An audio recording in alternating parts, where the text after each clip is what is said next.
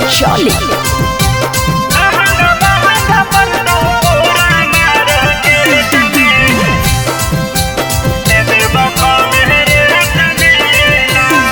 छौड़ी झुमका देबौ झुलनिया ऑफर में हटौ न दुनिया गे छौड़ी झुमका देबौ झुलनिया ऑफर में हटौ न दुनिया। लहंगा महंगा पड़तौ पूरा मार्केट में दे देबौ कम रेट में ना।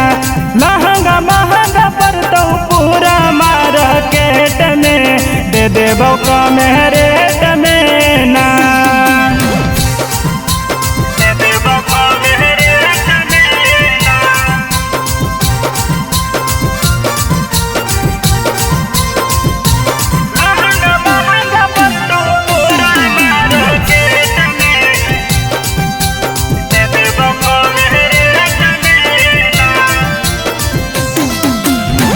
छौड़ी गे लगनिया में हम लहंगा के डिमांड गे खोजल प मिलत नहीं ऐसन ब्रांड गे। छौड़ी गे लगनिया में हम लहंगा के डिमांड गे खोजल प मिलत नहीं ऐसन ब्रांड गे। छौड़ी गे करे न ज्यादा लेट नहीं तो बढ़ जतौ एकर रेट। छौड़ी गे करे न ज्यादा लेट नहीं तो बढ़ जतौ एकर रेट। फेर खोजला पर नहीं मिलतौ मार्केट में दे देबौ कम रेट में ना। लहंगा महंगा पड़तौ पूरा मार्केट में दे देबौ कम रेट में ना।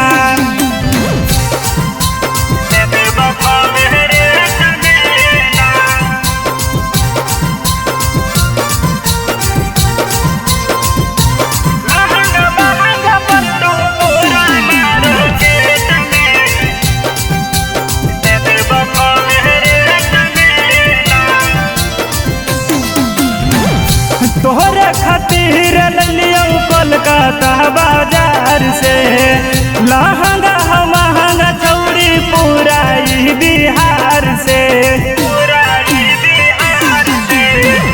तोहरे खातिर लियो कोलकाता बाजार से लहंगा महंगा छौड़ी पूरा बिहार से।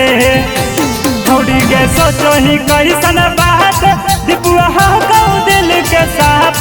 छौड़ी सोचो ही कैसन बात दिपुआ दिल के साफ। हतिया बोला ही ऐसन करतौ नहीं सेट गे ले जो न कम रेट में गे।